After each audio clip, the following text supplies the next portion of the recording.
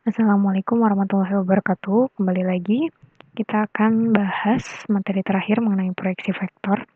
Yang sebelumnya kita udah bahas tentang perkalian skala dua buah vektor dan eh, besar sudut antara dua buah vektor. Nah, untuk perkalian dan besar sudut ini nanti akan digunakan lagi di proyeksi vektor ini ya. Nah, sekarang perhatikan dulu. Proyeksi ortogonal vektor OA pada OB atau kita sebut sebagai proyeksi vektor OA pada OB, ya sama aja, mau kita mau sebut ortogonalnya atau enggak itu sama aja, adalah proyeksi tegak lurus OA pada sebuah garis lurus yang melalui OB, ya, pada sebuah garis lurus yang melalui OB, ya. Jadi misalkan perhatikan gambar satu ini.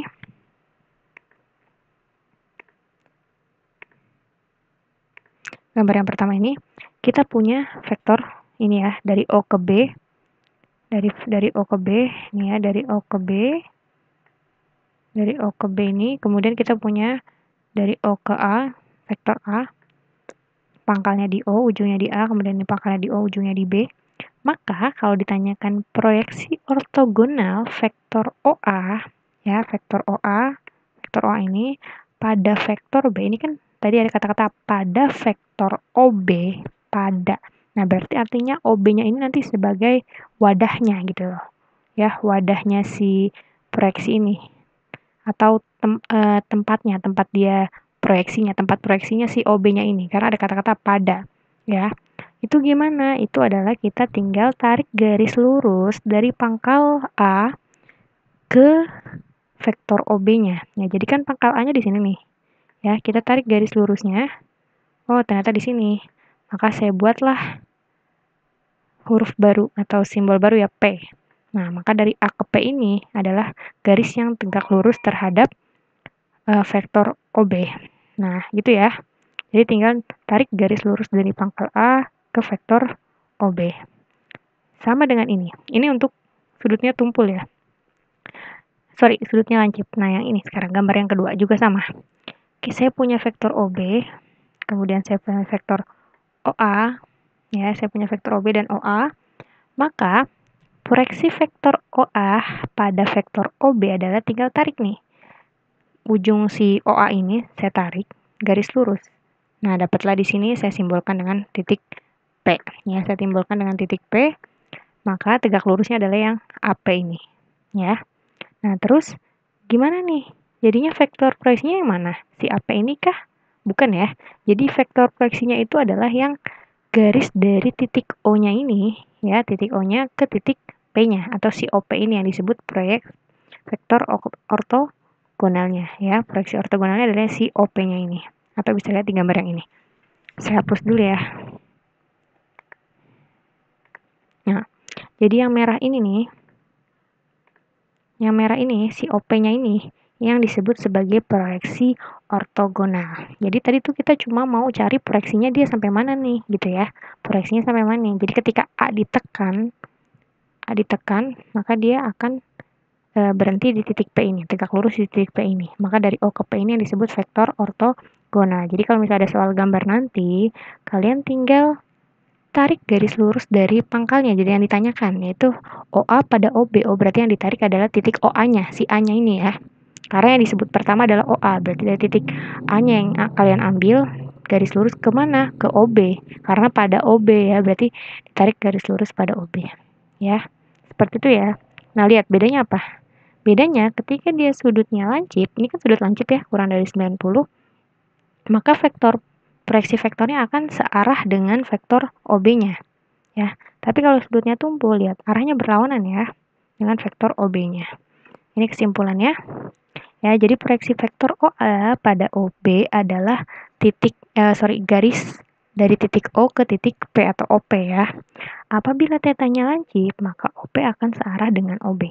Dan apabila theta tumpul, maka OP akan berlawanan arah dengan OB. Seperti gambar di samping ini ya, bukan di atas. Ya, jadi caranya tadi gimana? Kalian tinggal lihat dulu. Kalau yang ditanya OA pada OB, berarti dari OA ini kalian tarik garis lurus ke vektor OB-nya. Tapi kalau sebaliknya, misalkan saya tukar nih dari OB ke OA, berarti B ini kalian tarik garis lurus ke OA ya. Kalau ditarik garis lurus kebetulan Seharusnya vektor A-nya lebih panjang lagi ya. Ketika ditarik garis lurus berarti sampai sinilah kurang lebih. Ya, berarti ntar dari O ke sini nih, itu yang disebut proyeksi vektornya. Seperti itu ya. Nah, sekarang kita akan menentukan rumus dari proyeksi skalar ortogonal. Jadi proyeksi vektornya terbagi menjadi dua, ada proyeksi skalar ortogonal dan proyeksi vektor ortogonal. Kita bahas proyeksi skalarnya dulu. Ya. Perhatikan gambar yang tadi ini. Saya misalkan di sini dari titik pangkal O ke titik ujung A ini saya simbolkan dengan vektor A, kemudian dari titik O ke titik B ini saya simbolkan dengan vektor B. Ya, kemudian tadi hasil ortogonalnya adalah dari titik O ke titik P. Lihat ini, dari O, A, dan P ini dia membentuk sebuah segi tiga. Kemudian dengan sudutnya adalah theta. Ya, karena di sini yang diketahui cuma B dan A, ya kan ya, nilai A sama nilai B. B ini kan sebagai samping ya. Kalau theta di sini berarti yang AP ini depan, OP ini samping, OA ini miring. Nah, kita cuma punya nilai samping dan nilai miring. Samping dan miring itu hubungannya apa? Sin apa cos? Sin ya, cos ya. Cos itu kan sami, samping miring. Cos itu sama dengan samping miring ya. Jadi cos theta itu sama dengan samping miring. Sampingnya mana? Sampingnya ini ya. OP. Sampingnya adalah OP. Kemudian dibagi dengan miring. Miringnya apa? OA ya. OA-nya itu atau vektor A. Kenapa di sini saya pakai cos? Karena kemarin kita udah punya rumus cos ya. Kita udah punya rumus cos sebelumnya. Jadi nanti kita sangkut pautkan lagi. OP per ini panjang ya. Karena kalau nilai cos ini kan dia dia berupa nilai hasilnya ya, bukan berupa vektor. Makanya yang kita ambil adalah panjang vektor OP-nya atau jarak dari titik O ke titik P ini berapa nilainya, itu kan sama aja dengan panjang vektor. Jarak dari titik O ke titik A ini berapa? Sama dengan panjang vektor A. Nah, dari sini tinggal kali silang. Berarti kita punya cos theta ya. Cos theta dikali dengan A sama dengan OP. Nah, inilah rumus OP-nya ya. Karena kita kan mau cari rumus proyeksi skalar OP-nya. Berarti panjang vektor OP-nya atau proyeksi skalarnya adalah cos theta dikali A. Ya. OP adalah A dikali cos theta. Kemudian ingat kembali ya. Cos theta itu kita punya rumusnya, cos theta adalah perkalian skalar vektor A dengan vektor B dibagi dengan panjang vektor A dan panjang vektor B. Sehingga di sini cos theta-nya saya ganti dengan yang ini ya. A dikali B per panjang vektor A dikali panjang vektor B. Ini dicoret ya. Karena bisa dicoret, berarti dapat OP-nya adalah ini rumusnya. Ya. A dikali B per panjang vektor B. Ini kalau proyeksi skalar dari vektor A pada vektor B. Ya, atau kita simpulkan seperti ini. Saya hapus dulu biar tidak terhalang.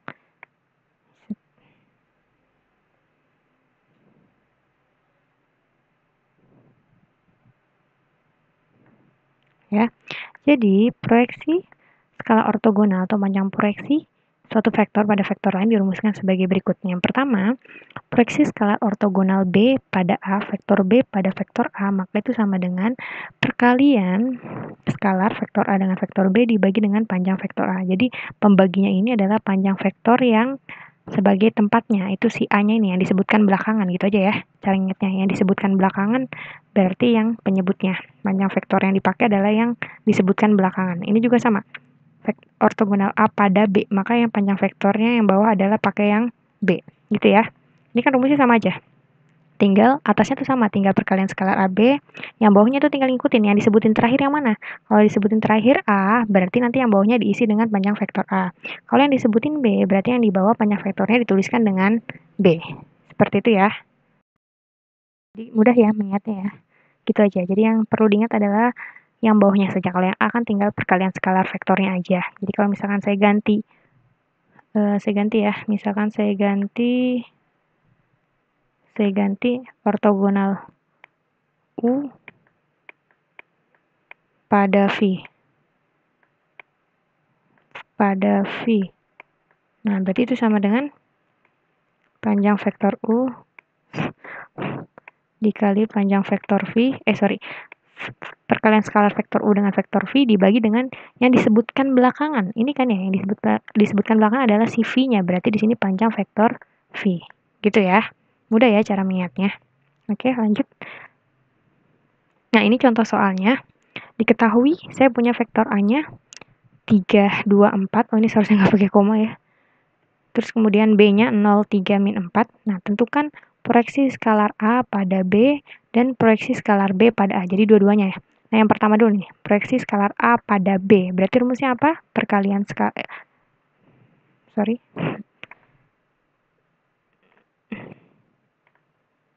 Ya.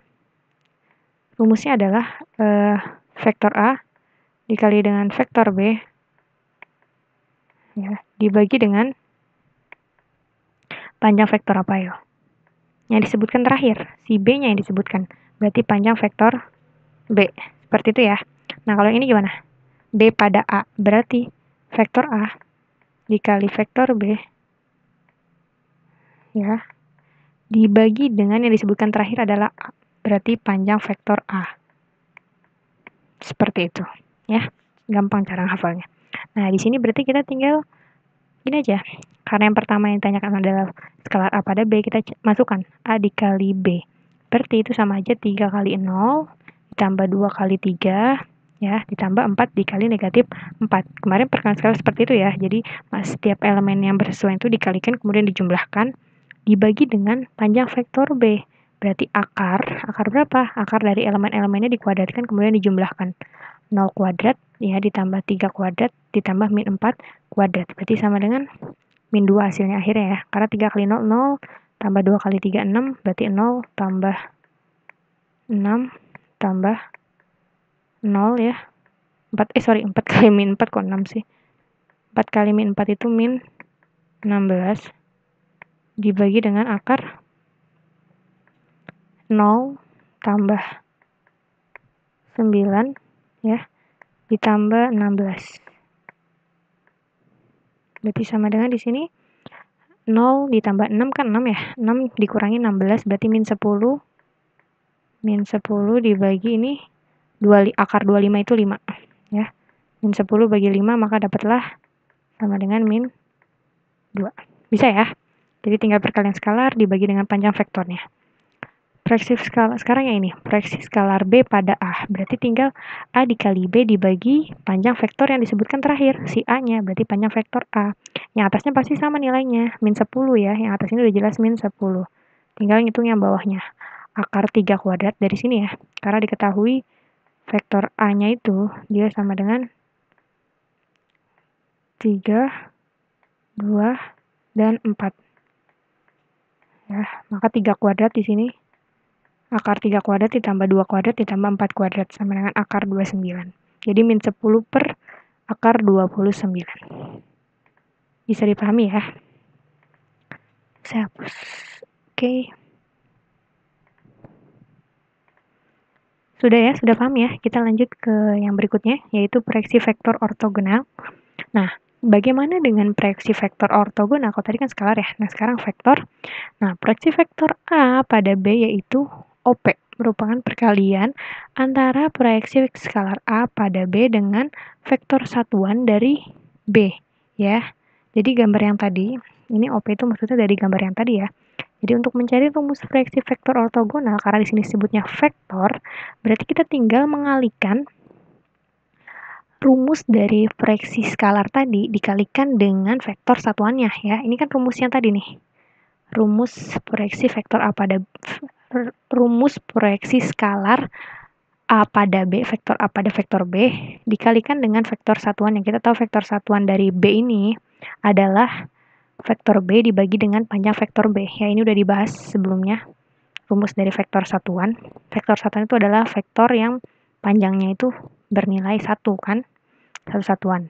Nah, kita masukkan. Berarti OP sama dengan A dikali B per panjang vektor B dikalikan dengan vektor satuan yang dimasukkan. Yaitu, kenapa di sini vektor satuannya pakai vektor satuan yang B, bukan yang A. Karena di sini proyeksi skalarnya vektor A pada vektor B. Jadi vektor B ini yang sebagai wadah ya, yang disebutkan terakhir ini vektor B-nya, maka dikalikan dengan vektor satuan si B-nya. Maka A dikali B per panjang vektor B dikali dengan vektor B dibagi panjang vektor B.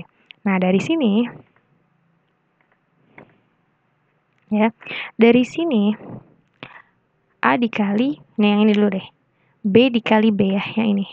Panjang vektor B dikali panjang vektor B, maka kita dapat panjang vektor B dikuadratkan.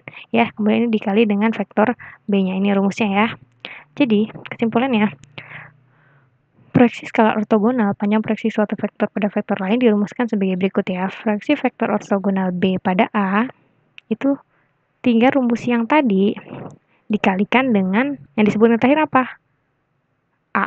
Nah, berarti rumus yang tadi itu tinggal rumus yang sebelumnya kan kalau disebutkan belakangnya A itu kan berarti A dikali B itu ya per panjang yang disebutkan terakhir A ya.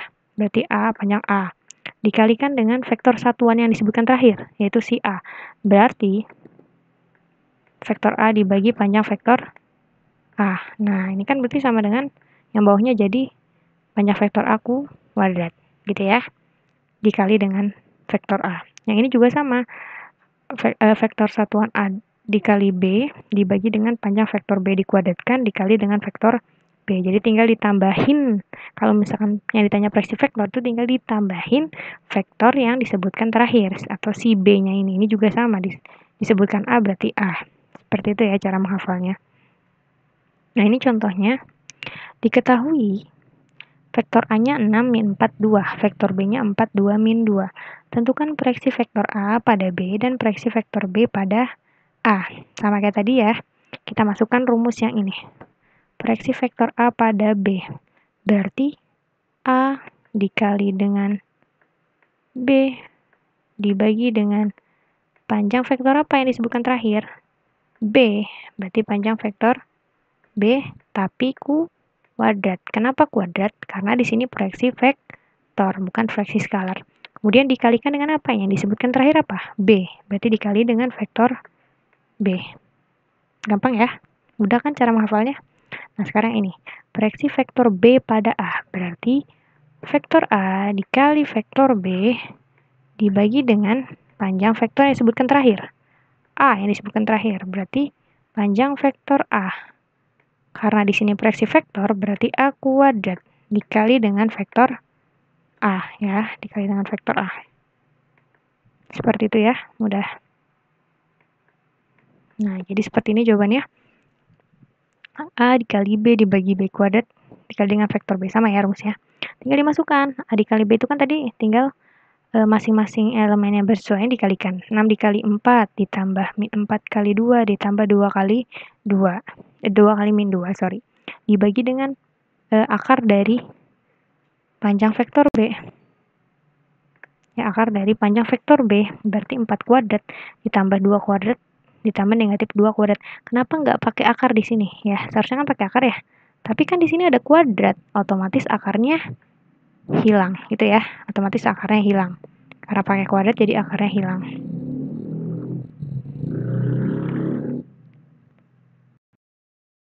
Ya, jadi dia akarnya hilang karena dikuadratin. Jadi kalau misalkan saya punya, contohnya gini, saya punya akar 4 deh. Akar 4 dikuadratin. Nah, itu kan sama aja akar 4 dikali akar 4. Nah, berarti sama dengan 4, ya kan? Akarnya hilang. Ini juga sama. Jadi saya langsung hilangkan akarnya, maka dapat 4 kuadrat ditambah 2 kuadrat dari sini ya. Dikali negatif 2 kuadrat, dikali dengan vektornya. Ini kita biasanya pakai vektor kolom ya.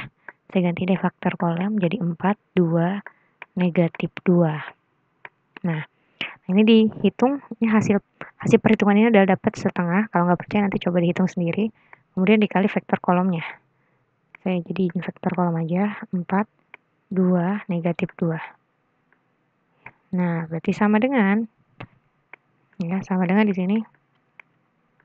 4 bagi 2, 2. 2 bagi 2, 1. Min 2 bagi 2 itu min 1. Berarti 2, 1, min 1. Seperti itu ya. Nah, terus yang ini, soal berikutnya itu, proyeksi vektor B pada A. Sama ya rumusnya, vektor skalar, perkalian skalar vektor A dengan vektor B dibagi dengan yang disebutkan terakhir adalah si A-nya. Berarti di sini panjang vektor A kuadrat dikalikan dengan vektor A-nya. Ya, dimasukkan seperti tadi, berarti 6 kali 4 min 4 kali 2, 2 kali 2, ya. Kemudian dibagi dengan panjang vektor A-nya, berarti 6 kuadrat ditambah negatif 4 kuadrat ditambah 2 kuadrat. Ya, seperti itu ya. Kenapa nggak ada akar? Kayak tadi, karena kuadrat berarti akarnya hilang, dikalikan dengan vektornya. Nah, ini seharusnya nggak pakai koma ya, kalau misalnya mau jadi vektor kolom. 6 min 4, 2.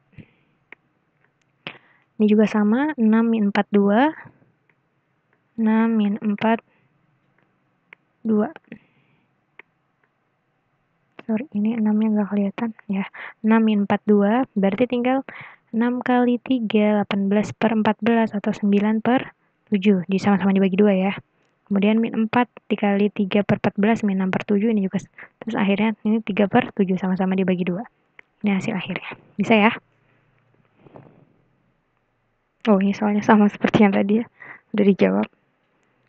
Lanjut aja. Nah, ini soal berikutnya. Diketahui vektor U-nya 12, vektor V-nya, panjang vektor U-nya 12, panjang vektor V-nya 4, kemudian sudut antara vektor U dan V-nya adalah 2V/3. Sudut ya, di sini ada kata-kata sudut. Berarti tetanya, teta itu sama dengan, tetanya itu sama dengan 2V/3. Ya.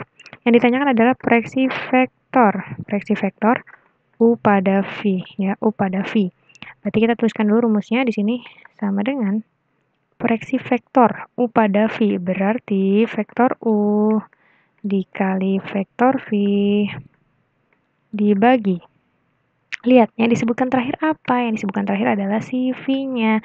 Berarti di sini panjang vektor V, gitu ya cara ngerjainnya.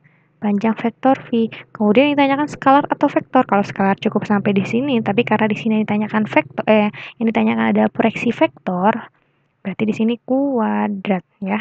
Kuadrat, kemudian di sini dikali dengan yang disebutkan terakhir, vektor V. Bisa ya? Jadi seperti itu. Nah sekarang gimana nih? Panjang vektor V udah punya, tapi vektor U sama V-nya nggak diketahui. Perkalian sekaliannya juga nggak diketahui. Yang diketahui itu cuma sudut antara vektor. Nah, ini kan bisa dicari ya. Kemarin kita udah bahas minggu yang lalunya lagi, perkalian skalar vektor U dengan vektor V atau dua buah vektor. Itu rumusnya adalah cos-nya ya. Kalau masih ingat, cos theta dikali dengan panjang vektor U. Nah, dikali dengan panjang vektor V. Ya, ini rumusnya, kalau masih ingat. Coba dibuka lagi bukunya, catatannya. Ini rumus perkalian skalar dua buah vektor, yaitu cos theta-nya dikali dengan panjang vektor U-nya dikali dengan panjang vektor V-nya. Berarti di sini sama dengan, kita masukkan rumus yang itu. Cos theta ya dikali panjang vektor U dikali dengan panjang vektor V dibagi dengan panjang vektor V dikuadratin dikali dengan vektor V. Nah, masukkan nih, cos theta-nya berapa? Oh, theta-nya 2V/3 ya, berarti cos 2V/3 dikali U. Panjang vektor U-nya berapa nih? 12 ya. U-nya 12, gede banget. Panjang vektor V-nya 4, berarti dikali 4 dibagi dengan 4 kuadrat. 4 kuadrat dikali dengan vektor V. Ini biarin aja vektor V karena di optionnya juga dia berupa vektor V ya. Nah, berarti sama dengan cos 2V/3, 2V/3, 2V/3. Ini sama dengan 180 bagi 3, 60 kali 2 itu sama dengan 120 derajat ya. 120 derajat. Itu berarti sama dengan di sini cos, kita pakai yang 180 ya. 180 dikurangi 60. 60 derajat. Nah, lihat. Cos 180 dikurangi 60. 120 kuadran 2 berarti nilai cosnya negatif. Berarti sama dengan negatif cos 60. Negatif cos 60 ya. Berarti di sini sama dengan berapa? Negatif setengah ya. Negatif setengah. Nah, kita masukkan negatif 1/2 dikali 12 kali 2 itu 48. 48 dibagi 16. Nah, gitu ya. 48 bagi 2 itu 24 ya. Bener ya? Oh, ini dikali V. Dikali V. Berarti sama dengan 24/16. Masing-masing kita bagi berapa nih? Dibagi 8 ya, bisa ya. Sama-sama dibagi 8. 24 bagi 8 itu, saya tulis dulu deh. 24/16 V. Atau di sini sama dengan sama-sama dibagi 8. Berarti 3, 8 kali 3, 24 dibagi 8 bagi 2, 16. Sorry, 8 kali 2, 16 ya. Kok 4 sih? Sorry, nggak fokus. Ya, kita hapus. 16 bagi 8 itu 2. Karena 8 tambah 8 itu 16. Berarti 3/2 V. 3/2 V. Yang ini jawabannya mana? 3/2. Oh, yang A. Ya, jadi yang A jawabannya. Oke, jadi jawabannya adalah yang A. Bisa seperti itu ya. Bisa dipahami ya. Jadi ini ada kaitannya dengan yang kemarin-kemarin. Masih ada kaitannya dengan perkalian skala dua buah vektor dan sudut antara dua buah vektor. Oke, sampai di sini dulu. Untuk materi kali ini, silakan seperti biasa dicoba latihannya. Kalau misalkan masih belum puas dengan latihan soalnya, bisa dibaca contoh-contoh soal yang ada di LKS ya. Terima kasih. Wassalamualaikum warahmatullahi wabarakatuh. Diralat ya, tadi jawabannya bukan 3/2 V, tapi min 3/2 V.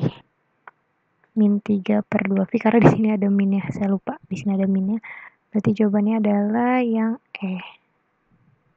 Min 3/2. Dihapus. Oke, jadi ini jawabannya. Terima kasih sekali lagi. Mohon maaf, masih banyak yang salah-salah. Karena sebenarnya agak sulit juga ya menjelaskan lewat sini.